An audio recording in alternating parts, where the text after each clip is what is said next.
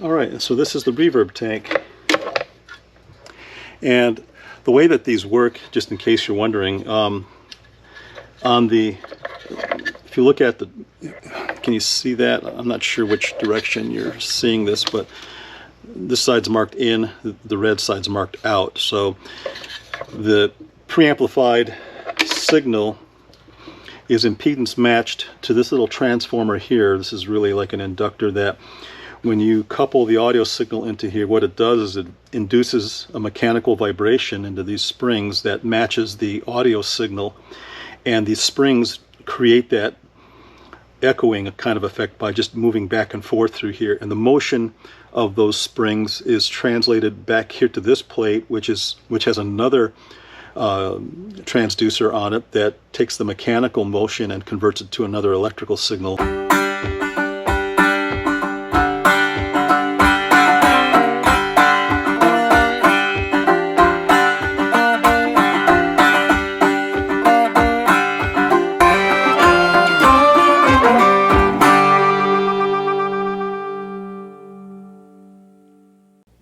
Well, hi friends, it's Wayne Polson coming to you from the basement of Heartwood, right next door to SM Heartland. I hope all of you out there are doing great. Shout out to Wayne Wango Weaver and Jeremy and Biker Mom. You know who I'm talking about, Biker Mom, formerly known on the channel as Angie K. How are y'all doing? I hope you're doing great. I'm having a pretty good day. It's hotter than Hades. I've never been to Hades, don't ever want to go, but I feel like it might be hotter here. Just saying. Folks, I've got some exciting stuff to talk about here. This is not normally something I would be doing. I've got an amplifier here. It's a Fender Super Champ. It was built in 1982, and I got that information off of the ID tag. The serial number traces back to a manufacturing date of 1982. I think these were only made for a couple of years, 1982, 1983, and maybe 1984. I think I've seen serial numbers starting with a 4. Then after that, they discontinued this tube model. This is an all-tube model. Excellent amplifier. Now, let me back up a second and just let you know that I am not an aficionado when it comes to tube amplifiers or amplifiers in general. Back in the day, I used to play acoustic guitar in a band, and I used acoustic amplifiers, Fender acoustic amplifiers. An acoustasonic amplifier, as a matter of fact, if any of you are familiar with that, but it's totally solid state, no tubes. And I also have a SWR, it's a strawberry blonde amplifier made for acoustic guitars. This is an electric guitar amplifier. I don't play electric guitar. I'm lousy at it. My fingers were strengthened enough to play an acoustic guitar. You don't need all that strength when you're playing an electric guitar. As a matter of fact, it can be to your detriment if you have strong fingers. It just mucks everything up. All right, enough said about that. So this amplifier, let me tell you how I got a hold of this. So not too long ago, Susie's mother, my mother-in-law, was admitted to a nursing home. She's no longer able to hold down her household. She was renting a house, and part of the process of getting her into the nursing home was that we had to get her house emptied, sell off a lot of the stuff that she doesn't need, and store a lot of the stuff that she may need in the future. So we started doing that, and Susie discovered, well, or Susie's help, her nieces and probably her sisters, found these amplifiers and a bunch of guitars. And I say these amplifiers, this amplifier, and I probably got about 5 others down here. And this one caught my eye. I don't know what they're worth. Initially I thought, well, maybe we can get $50 or $100 for this amplifier. But then when I started digging into the history of this amp and looking online to see what these amps are selling for today, I think back in the day, 1982-ish, they were selling for roughly $300 to $400. Right in that range anyway. Today, a mint condition Super Champ will sell for easily $1,800. It's incredible, folks. So I want to go over this amp with a fine-tooth comb. I want to make sure that we can get the most money for this amp as we can, for whatever the market is around here. I don't really want to have to ship it to anybody. I'm hoping we can find somebody local who would like to buy it, and we're willing to work on the price It does have a minor speaker grill defect here. A couple threads have just kind of come loose here. That's about it as far as the cosmetic damage on this thing. There are no damage to the corners anywhere. Everything is just clean. This amp was never used professionally and probably used minimally by Susie's brother, who passed away years ago, and probably never really had a chance to do much with this. That Strat also was part of his collection, I believe. This thing still has the protective plastic film on the pick guard here. There are no scratches here at all to be seen from when this thing was played. I think these are probably the original strings. That Strat is in great condition, excellent condition. So we're wanting to sell off all this stuff. The fact that I don't know a whole lot about these things forced me to study a little bit about them, and I found out that what makes these amps so special is that era from 1982 to roughly 1984. These amps were designed, or this amp was designed by a man named Paul Rivera, and they refer to it as the Rivera era amplifier. The unique characteristics of amp are that it has a 10-inch speaker. The originals had a Fender speaker. You could get an optional Electro Voice or EV 10-inch speaker that provided much more headroom, probably 5 or so dB of headroom, which pushed the value of this thing up quite a bit more. This is not one of those. This is just a regular Fender 10-inch. But some of the other features are that it has a dual channel input. It has just a regular clean channel input, and then it has a switch right here built into the volume control. When you pull that switch out, it kicks it into an overdrive mode, which gives you distortion, which is great for performing. Now, it's 18 watts, so 18 watts isn't enough to, amplify in front of an auditorium, a large auditorium, but you can mic this amp, and it does great. As a matter of fact, people who have used this amp, famous recording artists like Eric Clapton used this amp, mic'd it, actually used it as a studio amp for recording purposes. I think Tom Petty did use this amp as well, and some other folks. I don't know all of that history. But yeah, so it has these two input functions, and here for the treble control, it has a dual function as well. You can just control your high-end treble, or you can pull this out and you get this real fat, let's say, mid-tone level control. Actually, I think it's labeled pull for mids. So you can really, that was my GoPro timing out, excuse me. So you can really get a nice, fat, cool sound out of this thing in that mode. Then it also has bass level control, and it has a reverb control, then a lead level control. The lead level control is used in conjunction with the distortion channel. And then there's a master volume. Okay, so I want to just show you what I've discovered with this amp so far. I did plug a guitar into it, and I noticed a problem with it. I'll demonstrate that to you right now.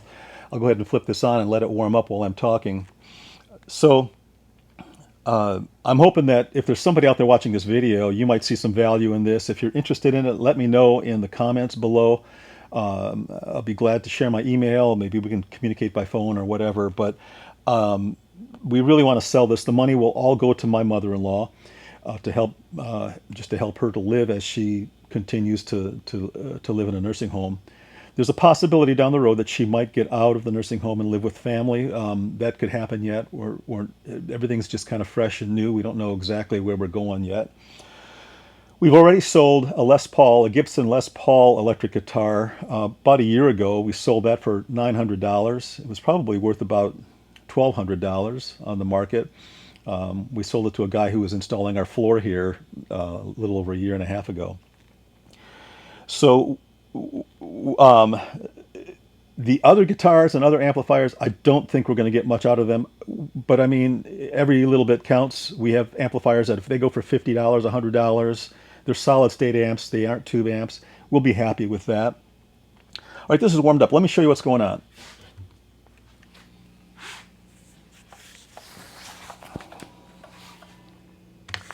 All right, so I'll demonstrate the clean channel here. I'm going to set all these controls for about mid. And we are in the clean channel. I'm going to set the guitar up. For that, I'm just going to play some simple chords.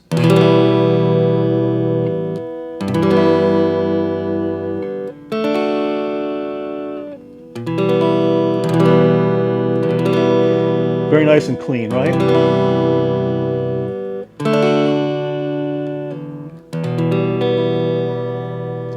Now, if you notice, there's no reverb. I've got the reverb set for 5. I'm going to take it all the way up to 10. No reverb. I'm also going to go ahead and kick this thing into overdrive, and we should see a change in the gain and a lot of distortion.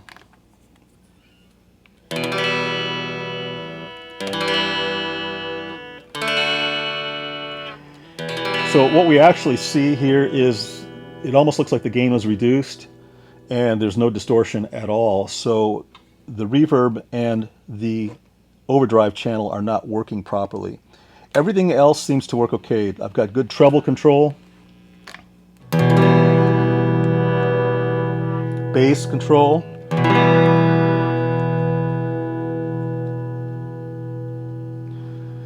and I've got this fat mid-tone control.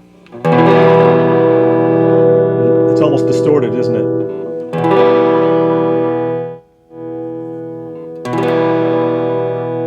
So we've got a few issues here that I'm going to see if we can straighten out. I'm going to go ahead and push that in. Master volume is working good. The normal input volume is working well.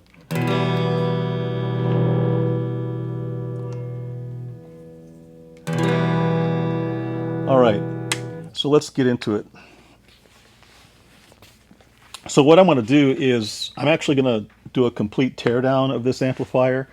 I'm going to lay it on its face here on this terry cloth and take every component out and inspect every component, and just so that we know what we have. I'll be able to look at manufacturing dates on transformers and things like that that will help to authenticate its age.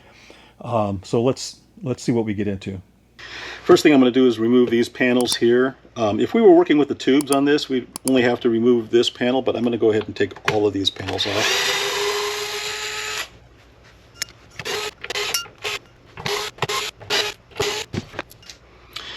All right, so that exposes everything we need to get to. There's a screw here holding the power cord to the sidewall. I'm going to pull that screw out. We'll get to the reverb in a second.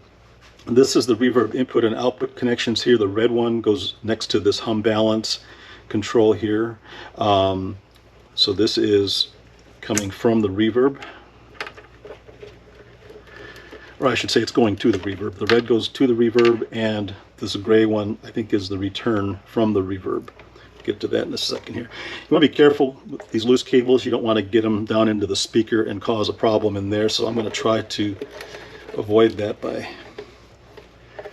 somehow tying these back.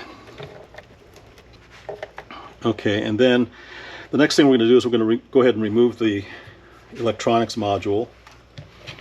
And there are 2 screws here. And then there are 2 screws, and I don't know if you can see that, but I'm going to try to show this to you. There's a set of screws here, here, and then here and here. I'm going to go ahead and pull those out next. Those actually have long screws that go into some PEM nuts that are mounted on the top surface of this electronics module. So let's get that going. So you see that right there. Stick those off to the side. And it sounded like everything came out okay. All right, at this point, we are able to pull this module out. Now, you don't want to grab it by the tubes. I try to get in here and use a transformer. You can grab this transformer or one back here. I'm going to also use the power cord. Try to lift this out of here. Oh, I forgot one thing. One more thing you got to do is you got to disconnect the speaker connections. I'm going to do that before you get too far along, otherwise you're going to rip that apart. So, all right, so this comes out.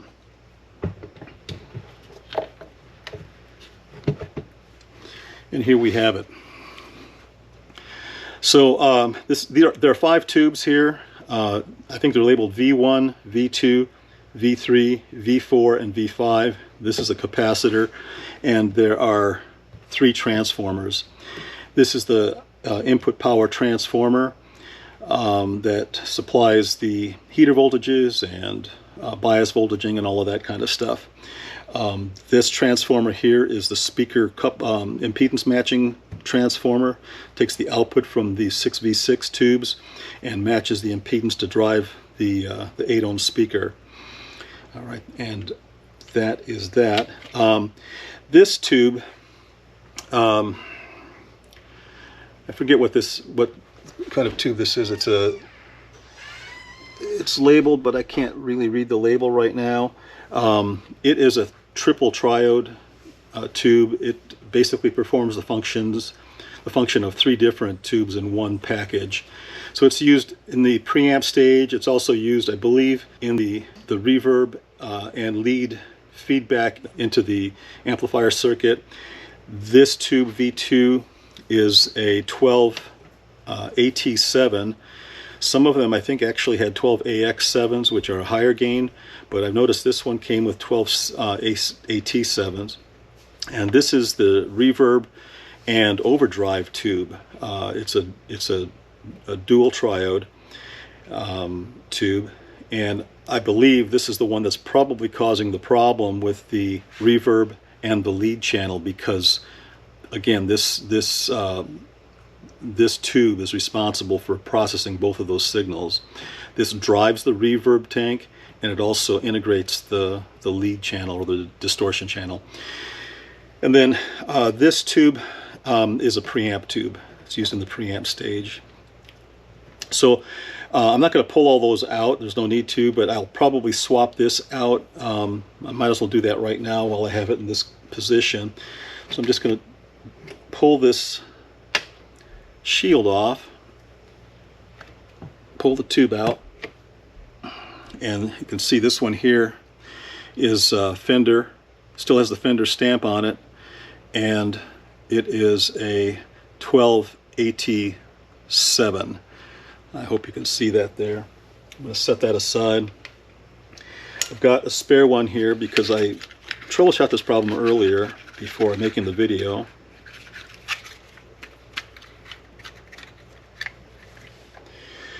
This one, I forget, it's a JJ Electronics. ECC 81 is I think the generic number for this thing. I don't know if it's a perfect substitute. I know that it is compatible, and I did check my sources pretty carefully to make sure that it was going to work in this amp. So I'm going to put that in. I'm just going to wipe my fingerprints off of this just because I like to do that. And I'll put this shield back on. Okay, so that's done. We'll see how that works when we put it all back together. All right, so I'm going to take this and just set it aside for now.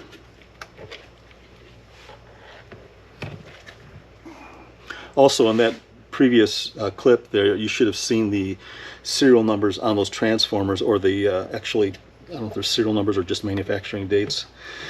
Okay, that leaves us with 2 more components. In order to get the reverb tank out, we need to remove the speaker first, because there's a couple of screws back here, this one in particular, that's really hard to get to with the speaker in place. So let's get that out of there, and I believe I had a driver for that. Let me see. All right, there it is. It says 11:30 seconds. It fits. So whatever works. Go ahead and take that out.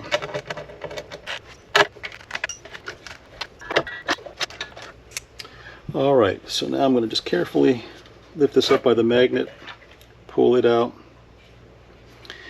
and that's the speaker. I'm going to set it over here.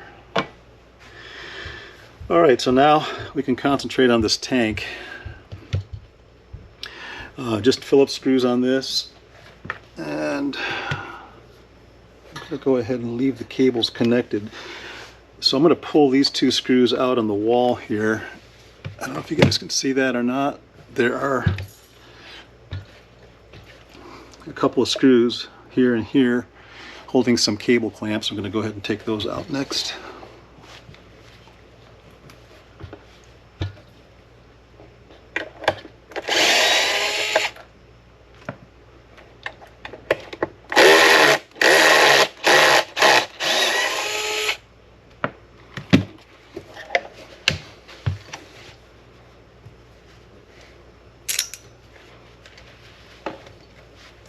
Alright, then I'm going to reach back here and get this inside screw.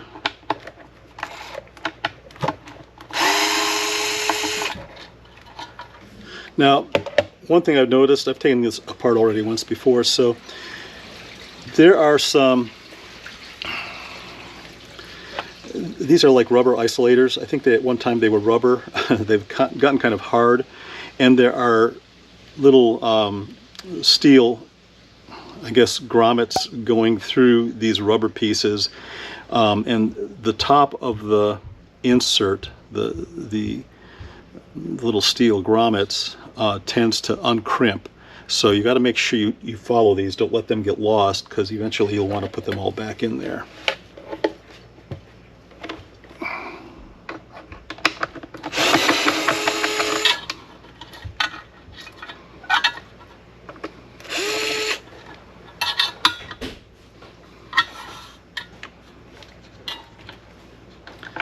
So these ones are just a little hard to get to.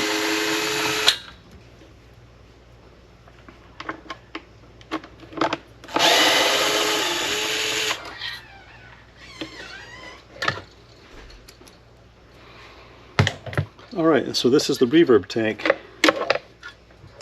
And the way that these work, just in case you're wondering,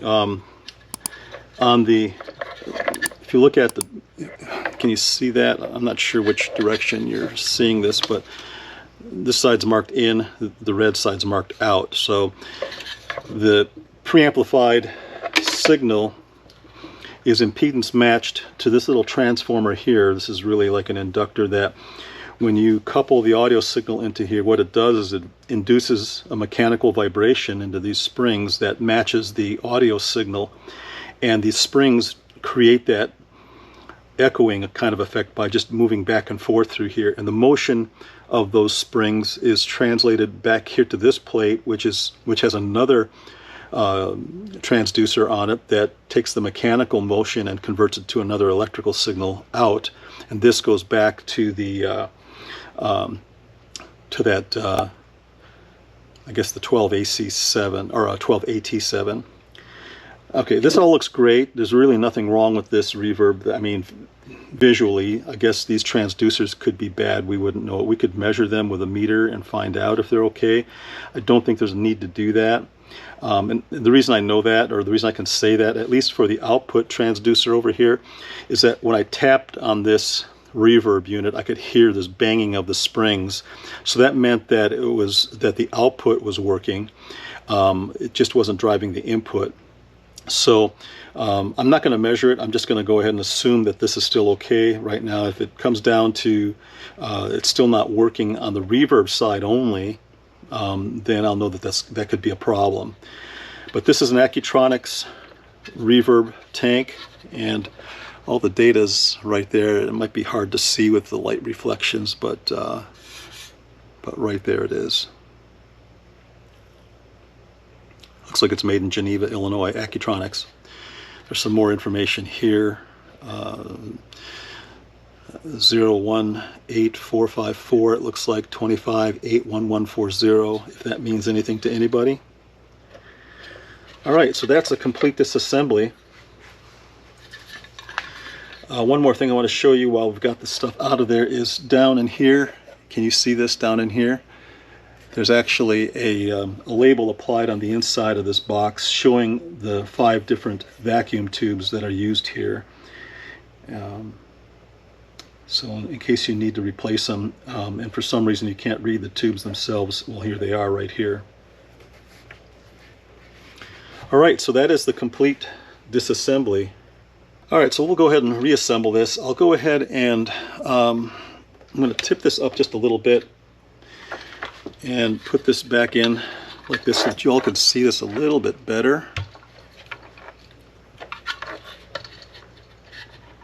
Make sure, by the way, take a look here, you can see the steel grommets that go through the rubber isolators here. Just make sure those are all in there before you put this back in.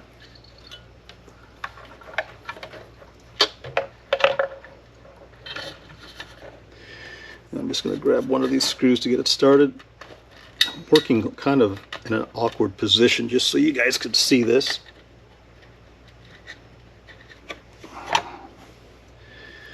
Get another one started over here.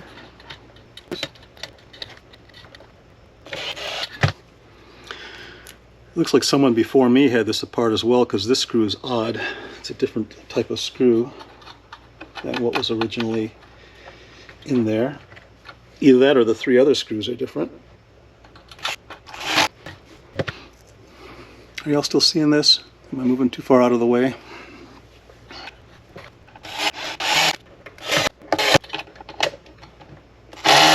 Okay, those are all in. I'm going to go ahead and put these cable retainers back in.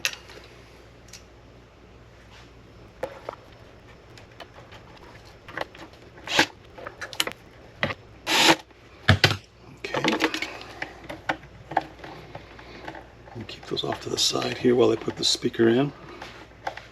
That's the next step. Remember the orientation that the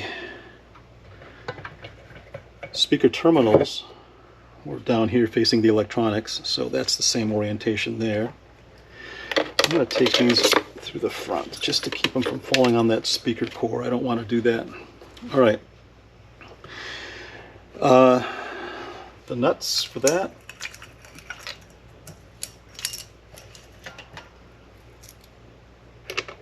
Nice thing about these, you can run these down by finger real easily so that you don't have to be using a machine.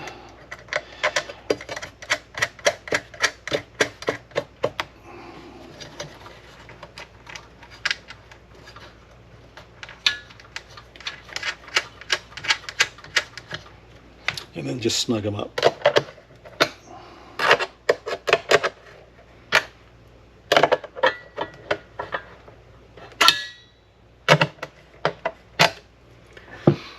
Alright, that's that.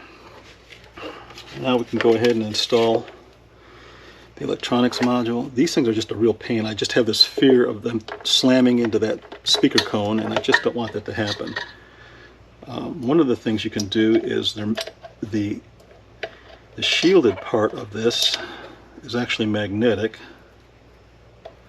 So I guess you could theoretically stick it to the magnet of the speaker like that. Alright, this module here, what I want to do now is grab this again by a transformer, get it lined up. Oh, do you guys want to see the underside of this too? Some people are interested in that. There's the underside. Quite a work of art. Or quite a work of Paul Rivera. Alright, let's slide this in nice and carefully. Just like that.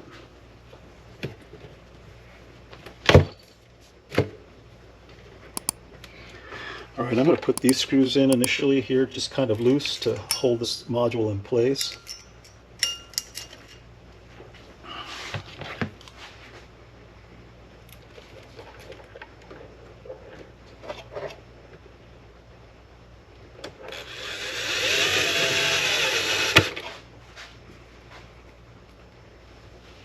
That'll help to line up the screws in the top. Okay, we're just going to keep that loose for now. And I'm going to go ahead and put these in. I don't know if you guys want to... Can you guys see this a little bit better? Oh, one of the things I noticed too is these PEM nuts tend to break off. This one actually broke free. So I'm going to have to put it back on and hold it while I tighten these screws up. So let's get this up like this. The camera might be way too close.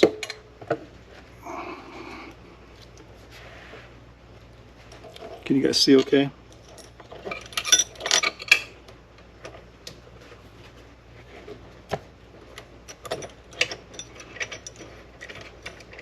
Feels good.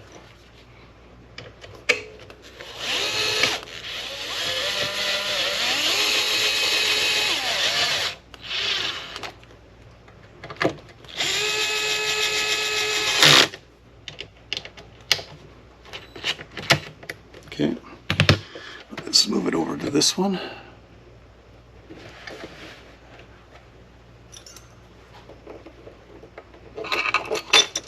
See, that PEM nut's gone, so I'll have to put it on with my hand on the inside.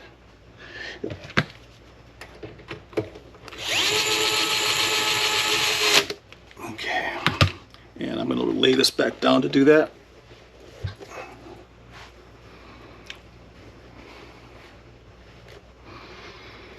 I'm just going to reach down under here.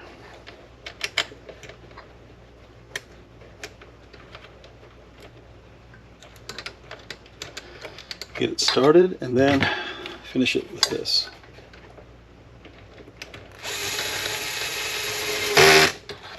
Alright, so that's good. Now remember how the order of these. Reverb input is here,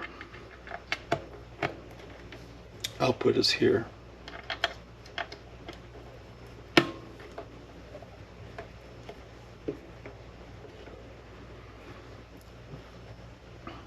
Okay, that's all good. Let me tighten these screws.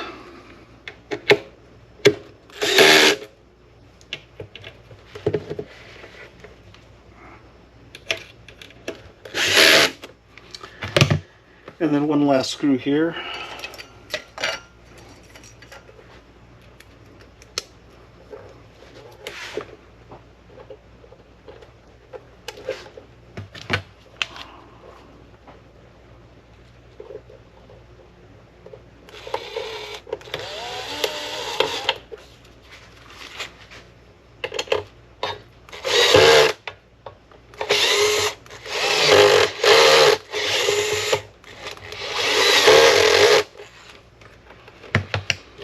Okay.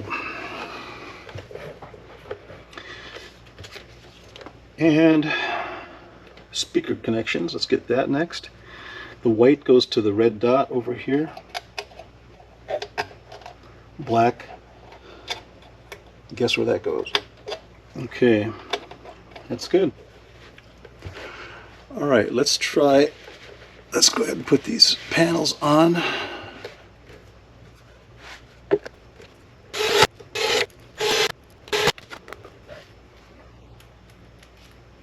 So I hope you notice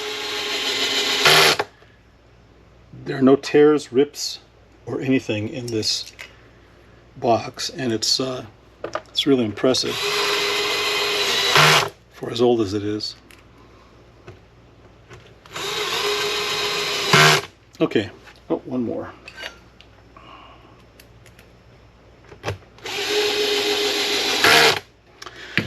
All right, I think that's everything. Looks good. Gonna lift this back up and let's check it out.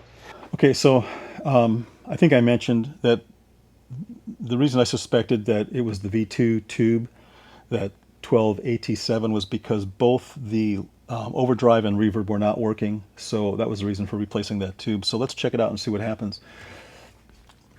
Power this thing on.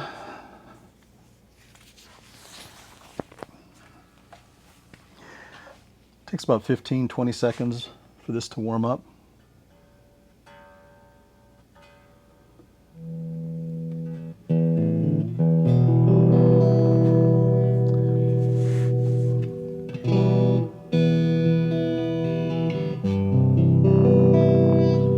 Now I noticed a little bit of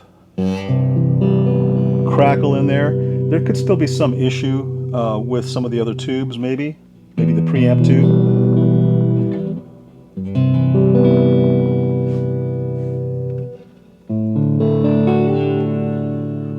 it's just stuff rattling on my bench.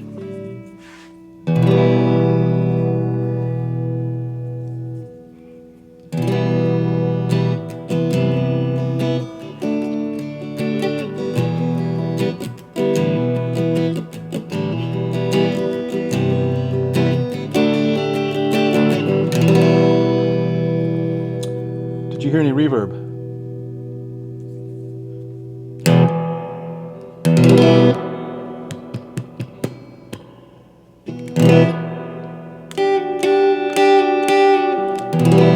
Reverb's working. Let's try the overdrive.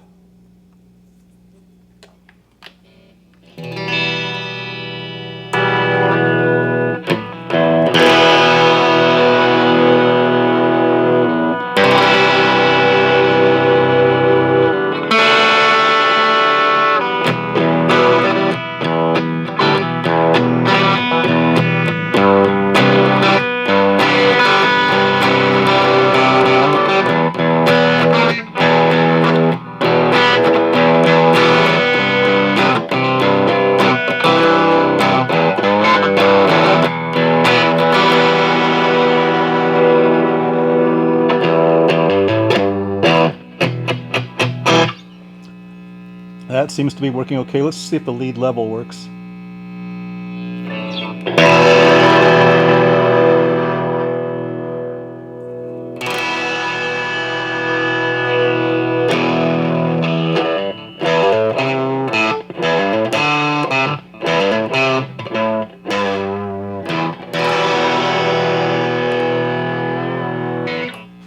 So there you go, folks. That is pretty much the amplifier, and I'm happy with the fix. I think if I were to go any further with this, I might just replace some other tubes in there, starting with the least expensive ones, and just go from there. But at least we have all the functions back now.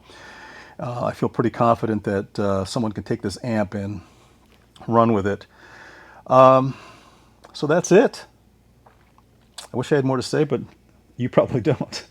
Aren't you happy I don't have anything to say? So folks, there's one more thing I want to tell you. I'm starting something a little different. Down in the description below the video, I put a link to a website called Buy Me a Coffee. It's a way for you to, if you want to freely give back to the channel. You can make donations of like $5, $10, $15, $20, $25, whatever you want. And that helps me to fund what I'm doing here. It's going to help me to hopefully buy equipment or different things that I can test and put on the channel.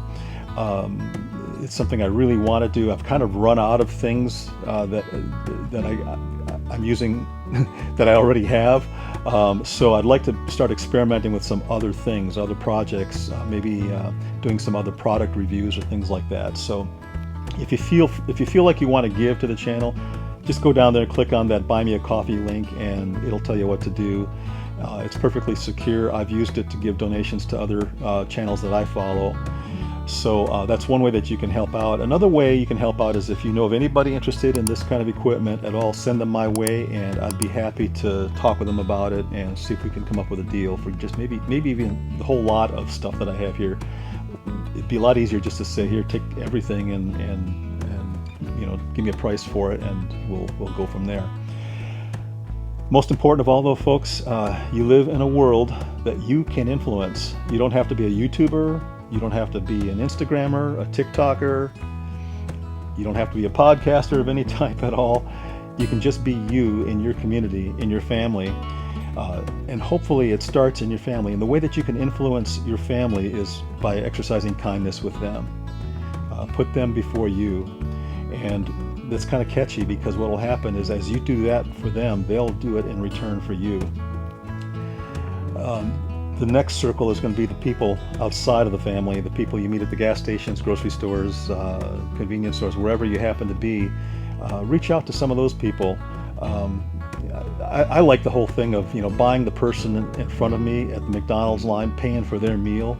I'm sorry, the other way around. The person behind me, paying for the person behind me, not knowing what they're going to. One time I did this, and the lady had herself and I think a couple of kids, and it ended up being kind of a pricey gift, but she was really grateful, and I was grateful too. I love doing it. I've had other people do it for me, and I mean, one time I was buying for several different people as well, and I think my McDonald's charge was like over 25, 30 bucks or something like that, and the person in front of me paid for it.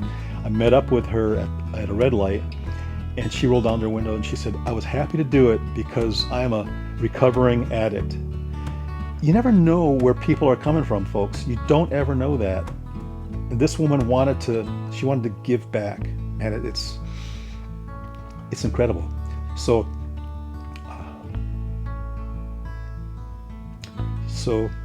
it's a way that you can give back to your community. Be kind to people you don't know. Be kind to a stranger. And most of all, there are people in your life who, for some reason, you've been distanced from them because you had a difference of agreement, political differences, religious differences, lifestyle differences, things like that may have driven you apart. I challenge you to reach out and be kind to that person and see where that takes the relationship. All right, folks, that's all I got to say. I'll see you in another video. Over and out.